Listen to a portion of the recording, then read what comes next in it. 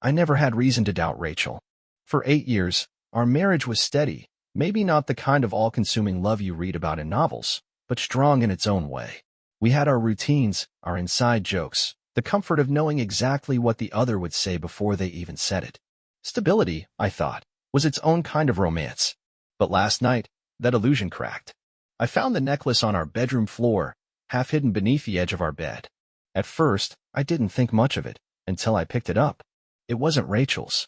At least, I had never seen her wear it before. The silver chain was delicate, the pendant small but ornate, the kind of thing you buy when you want to impress but not overwhelm. What made my stomach twist, though, were the initials engraved on the back. JS. My initials are AM. A cold weight settled in my chest as I turned it over in my palm. It was fresh, no scratches, no signs of wear, meaning it hadn't been sitting there for long. But the real punch to the gut? It smelled faintly of cologne. Not mine. I knew better than to jump to conclusions. People lost things all the time. Maybe it belonged to a friend, or maybe Rachel had found it somewhere and meant to return it. But then I thought of last weekend, her birthday. She had wanted to celebrate a little differently this year. Instead of our usual dinner at her favorite Italian restaurant, she suggested the Sapphire Lounge, a famous, high-end strip club downtown. It had surprised me. Rachel had always been playful, but never the type to actually want to spend her birthday surrounded by half-naked dancers and overpriced champagne. Just for fun, she had said, her eyes gleaming with mischief. Something new, something exciting. She had invited a few friends, mostly her coworkers, a couple of mine, and insisted on dressing up more than usual. I had thought nothing of it at the time, had even laughed when she threw back shots with a little too much enthusiasm. I had assumed it was harmless. But now, staring at the necklace in my palm, something felt off. Rachel had been distant this week. Not in an obvious, avoidant way, just subtle shifts. A quicker glance at her phone when a notification popped up. A longer pause before answering my questions about her day. A warmth in her voice when she said she was going out with the girls that didn't quite match the way she used to say it. I clenched my fist around the necklace. There were two options. One, I could ask her about it outright, give her the benefit of the doubt. Or two, I could wait, observe, dig a little deeper before confronting her. I wasn't ready for the truth just yet, but something in my gut told me I needed to brace myself. Because once I opened this door, there was no going back. I told myself I wouldn't jump to conclusions. That night, I placed the necklace on Rachel's nightstand and waited.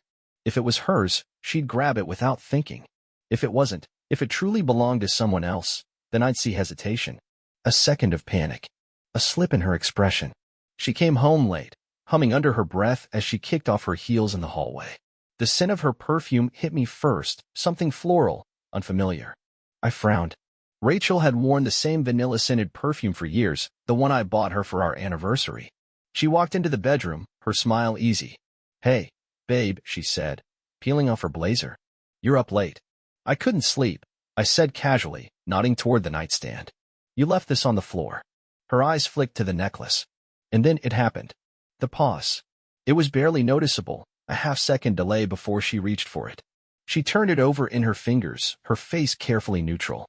"Oh," she said, forcing a small laugh. I was wondering where this went. I leaned back against the headboard, watching her closely. "It's yours." Another pause. Of course. Where else would it have come from? Liar. The thing about Rachel was, she was good. Too good.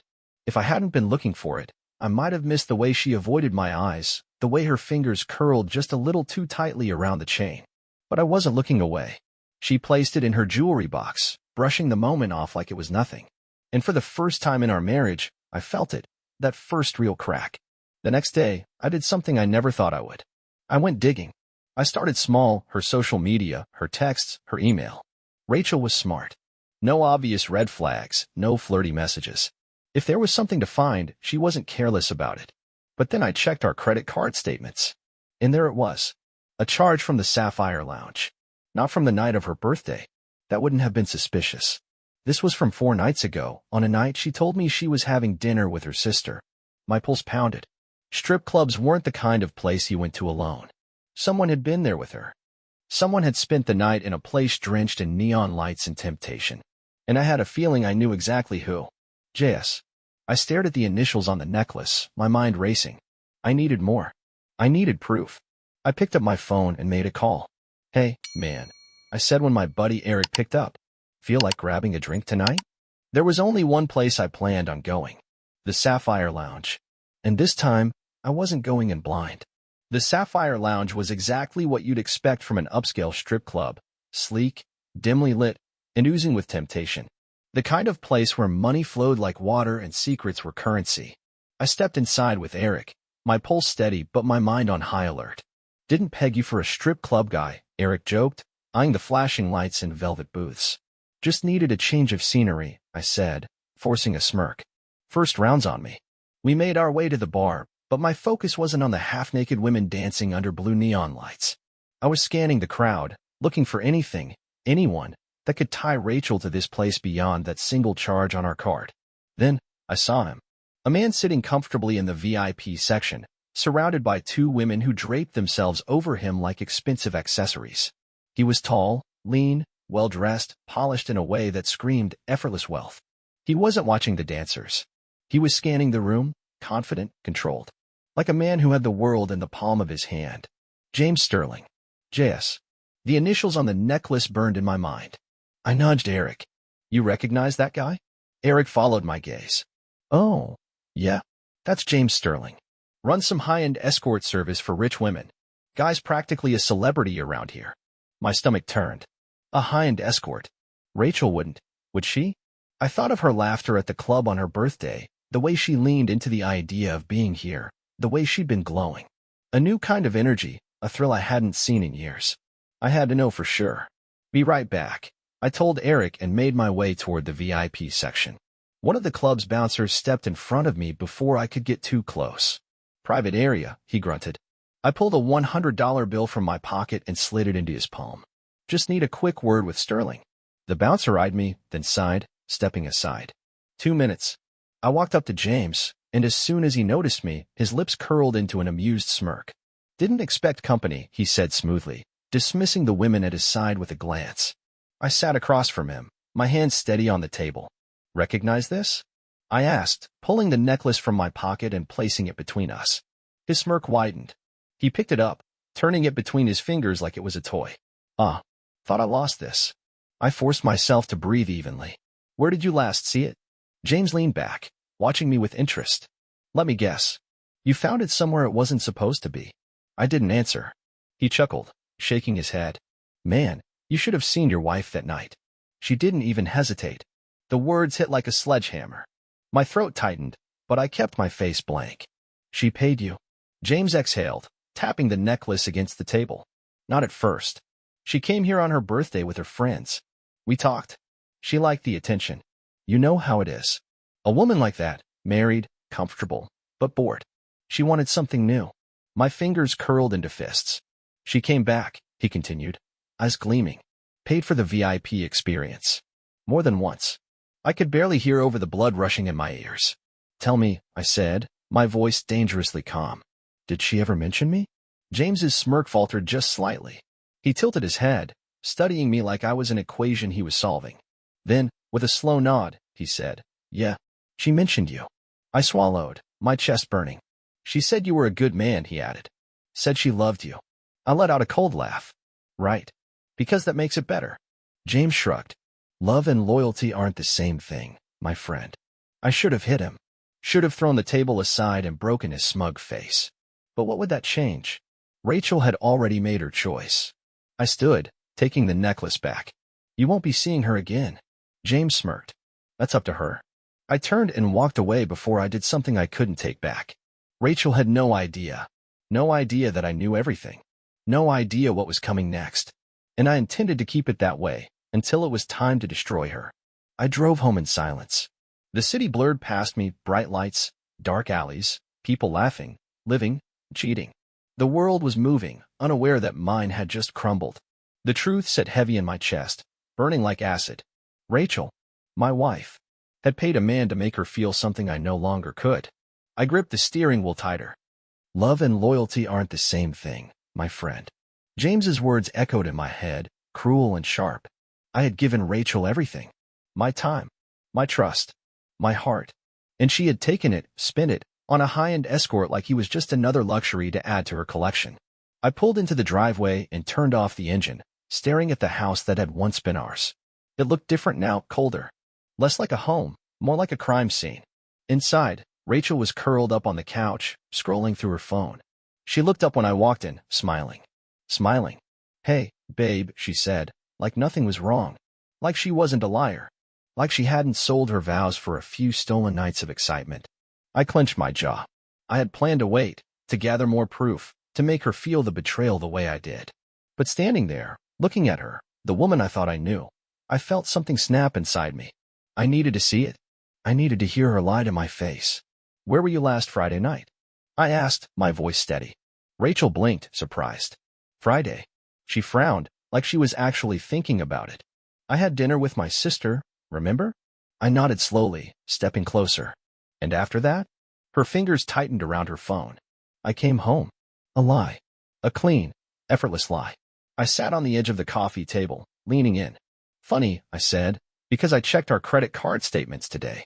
Rachel stiffened. I tilted my head. "You went to the Sapphire Lounge." For the first time, her mask slipped. Just for a second, but I caught it, the flicker of panic before she forced a smile. "Oh, right. We did stop by for a drink. Just for fun." I let the silence stretch. She swallowed.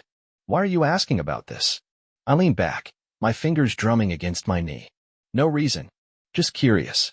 Another pause. Rachel let out a small, nervous laugh. "You're acting weird. You have no idea." I forced a smile. "Long day at work." Her shoulders relaxed slightly. "Well, let me make it better," she murmured, standing up and moving toward me, pressing her hands against my chest. I almost flinched. The same hands that had touched him. I forced myself to stay still. To pretend. Because this wasn't over. Not yet. Because I wasn't just going to catch her. I was going to make sure she never forgot what she had done. And the first step? I needed to meet James Sterling again. But this time, I wouldn't be a husband looking for answers. I'd be a client. I never thought I'd find myself in this position, hiring the man my wife cheated with. But here I was, dialing James Sterling's number like I was ordering a service. Which, in a way, I was. The line rang twice before his voice came through, smooth as ever. "Didn't think I'd be hearing from you so soon." I cut to the chase. "I want to book you." A pause. Then, a soft chuckle. "Oh, that's a surprise." "I'm not interested in what you usually offer," I said coolly. "I want a conversation. An exclusive one." James hummed in thought. "Not my usual gig, but I'm intrigued. What's your budget?" I named a price, one that made him whistle low. "All right, Adam. You've got my attention. Where do you want to meet?" "Somewhere private." "Hotel suite?" "No. My place." Another pause. I knew he was considering whether this was a setup, whether I was a husband about to go feral and beat him bloody. "All right," he finally said. "Tomorrow night. Text me the address." I hung up. Tomorrow, I'd be face to face with the man Rachel had chosen over me. And by the time we were done talking, I'd make sure I was the one in control. The next evening, I sat in my living room, a glass of whiskey in hand, waiting for James Sterling to arrive. Rachel was out. Another girls' night. She had no idea what was coming. At exactly 9 p.m., the doorbell rang. James stood on my doorstep, dressed in a tailored suit, effortlessly confident.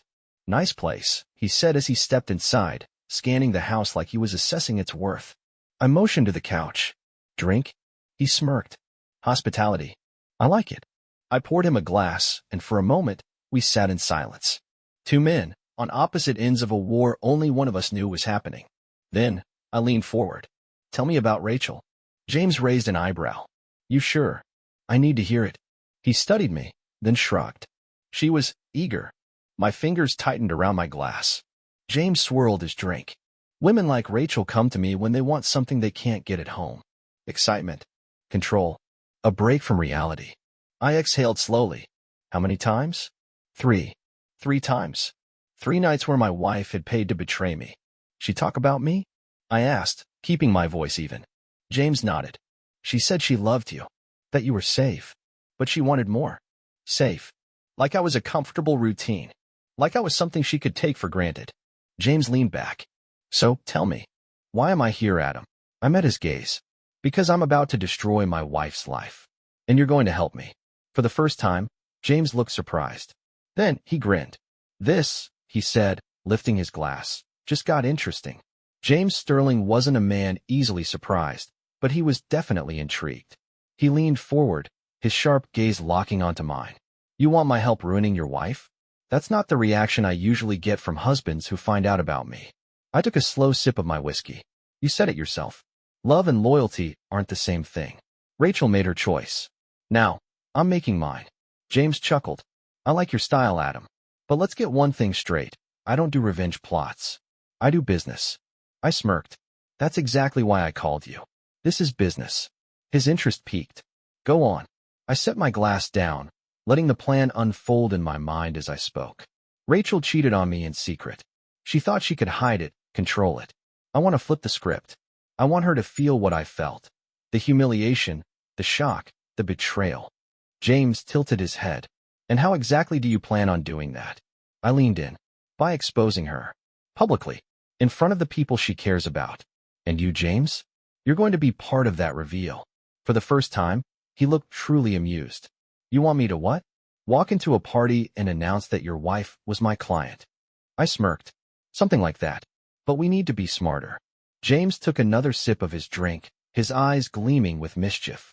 You know, I have to admit, I usually just deal with bored housewives and sugar babies. But this is fresh. Are you in? I asked. He exhaled, considering. Then, a slow smile spread across his face. Hell yes, he said. Let's burn this thing to the ground. For the next few days, I worked quietly, methodically.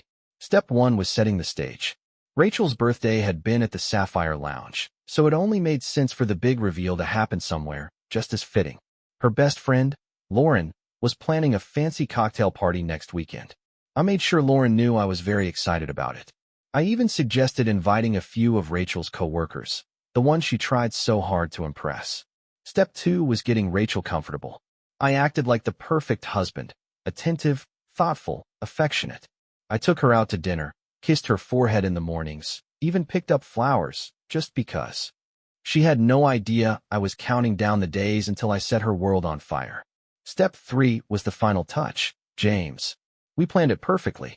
He wouldn't just be an anonymous bombshell dropped into the party. He would be invited. By Rachel. Because she would never say no to a charming stranger showing interest in her. James had a way of slipping into places he didn't belong, and with a little luck, he'd get close enough to Rachel at the party to make her nervous. To make her wonder if her secrets were as safe as she thought. And when the moment was right, I'd drop the hammer. Rachel thought she was untouchable. But in just a few days, she was going to learn exactly what it felt like to be powerless. The night of the party, Rachel was glowing. She stood in front of the mirror, adjusting the diamond necklace I had bought her years ago, the one I now realized was nothing more than decoration for a woman who had already sold herself for something newer, shinier. Do I look okay? She asked, smoothing her dress, eyes expectant. I forced a warm smile. You look perfect. She smiled back, completely unaware that tonight, everything would change. Lauren's house was packed. The kind of gathering Rachel thrived in. Polished people with expensive tastes, endless glasses of champagne, and enough artificial laughter to drown in. I played my part. Smiled. Toasted. Kept my arm around Rachel's waist like I was still the devoted husband she believed me to be. And then James walked in. Dressed in a sleek navy suit, hair styled with effortless precision, he moved through the crowd with the kind of confidence that turned heads. Women whispered. Men sized him up. But he had eyes for only one person. Rachel. Her laughter faltered the moment she saw him. She recovered quickly, but I caught it. That flicker of panic, the slight inhale, the way her fingers gripped the stem of her wine glass just a little too tightly. James gave her a slow, knowing smile, as if they were the only two people in the room. And then he did exactly what I knew he would. He walked straight up to her. I kept my distance, pretending to be deep in conversation while I watched the scene unfold. Rachel smiled politely as James approached, but her eyes screamed, "What the hell are you doing here?" "Rachel," he said smoothly, his voice just loud enough for those around them to hear. "Good to see you again." Her smile wavered. Sorry, have we met?" James chuckled, playing his part to perfection. "Oh, come on now. No need to be shy." Rachel's fingers twitched against her glass. "I think you must have me confused with someone else." James tilted his head, feigning curiosity. "That's strange. I could have sworn you remembered me." And then he reached into his pocket, pulled out the necklace, held it up between them. Rachel went pale. The people around them started to take notice. Conversation slowed, heads turned. This was it. James smirked. You left this at my place. A single sentence. Soft. Casual. Devastating. Rachel's breath hitched. I don't know what you're talking about. James turned to the small crowd that had now gathered, pretending to be amused. Can you believe this? And here I was thinking married women only paid for one night, not 3. Silence. The air was thick. Heavy. Rachel's face crumpled, her carefully crafted world collapsing in front of everyone who mattered to her. I took a step forward, my voice cutting through the tension. Rachel? I asked, playing the part of the heartbroken husband. What is he talking about? She turned to me, eyes desperate, searching for an escape. Adam, I let my expression twist in heartbreak. You told me you were at dinner with your sister that night. My voice cracked, just enough for the audience to feel it. You lied. Lauren gasped. Someone whispered. This was it. This was the moment I wanted. Rachel was trapped. She looked around, realizing too late that there was no way out. No excuse that could fix this. James let out a low chuckle, tossing the necklace onto the table beside us. Guess my time's up, he said smoothly, straightening his jacket. Then, with a final glance at Rachel, he turned and walked away, leaving nothing but destruction in his wake. Rachel turned back to me, pleading. Adam, please. But I was already stepping back, already shaking my head, already making my exit, because Rachel was nothing to me now, and the bridge between us burned to the ground. Rachel tried to follow me out of the party. I heard her heels clicking against the pavement as I walked to my car, her voice shaking as she called my name. Adam, wait. I didn't stop, didn't turn around. She grabbed my arm, desperate. Please, just let me explain. I looked at her then, really looked at her. And for the first time in our marriage, I didn't see my wife. I saw a stranger wearing her face. A stranger who had lied, cheated, humiliated me. I pulled my arm free. My voice was ice. Explain what, Rachel? She swallowed hard, her hands trembling. It wasn't what it looked like. I let out a sharp, bitter laugh. Oh, really? Because it looked like you paid a man to sleep with you. Multiple times. She flinched. You lied to me. My voice was steady, calm, deadly. While I was at home, trusting you, loving you, you were out paying someone else to touch you. Tears welled in her eyes. Adam, I made a mistake. No, I shook my head. A mistake is forgetting an anniversary. A mistake is saying something you don't mean during a fight. You made a choice. Over and over again. She broke then. The composure she had held all night shattered as she covered her face with her hands. I was lost, she sobbed. I didn't know who I was anymore. I felt empty. I stared at her, my jaw clenched. So you filled that emptiness with him? She looked up at me, pleading. I love you, Adam. I never stopped. I lost myself. But I swear, you are the only one I want. I should have felt something then. Pain, anger, even pity. But all I felt was nothing. She had taken every ounce of love I had for her and crushed it beneath her heels. I took a step back. I'm done, Rachel. Her breath hitched. What? I'm done. My voice was firm, unwavering. I deserve better than this. Better than you. The words hit her like a slap. She shook her head frantically. No, we can fix this. We can. I cut her off. I'll be filing for divorce first thing in the morning. She let out a choked sob, stumbling back like I had physically struck her. And for the first time since this nightmare began, I felt free. I turned without another word, got in my car, and drove away, leaving Rachel behind in the ruins of the life she destroyed. The moment I walked into our house that night, it no longer felt like home. Everything inside was a monument to a life that didn't exist anymore. The framed wedding photos, the carefully chosen furniture, the scent of Rachel's perfume lingering in the air, it was all tainted now. I didn't sleep. I sat in the dim light of the living room, a glass of whiskey in my hand, waiting for the anger to pass, waiting for the sadness to hit, waiting for the part where I'd break down and mourn the woman I thought she was. But it never came, because I didn't lose my wife tonight. I lost her a long time ago. Tonight was just the first time I admitted it. Rachel called, over and over again. I let every call go to voicemail. Then came the texts. Adam, please talk to me. Just come home. Let's fix this. I love you. Don't do this. I deleted them all. She still didn't get it. She wasn't the one who got to beg for forgiveness. The next morning, I met with a lawyer. Divorce was going to be messy, but I didn't care. I wasn't interested in revenge beyond what had already happened. I just wanted her out of my life. By noon, I had the papers drawn up. By evening, I had already packed a bag and booked a hotel. I was done living under the same roof as a woman who thought so little of me that she had to buy a fantasy. When I walked out of that house for the last time, I didn't look back. And I didn't regret it. Rachel showed up at my hotel. I wasn't surprised. I had ignored her calls, deleted her texts, made it clear there was nothing left to say. But Rachel had never been the type to accept consequences. She was the type to talk her way out of them. I opened the door just enough to look at her. Her eyes were red, makeup smudged, her usually perfect composure fractured. "Adam," she whispered. "Please." I didn't move. "You shouldn't be here." Her breath hitched. I need to talk to you." I sighed, stepping back. 5 minutes.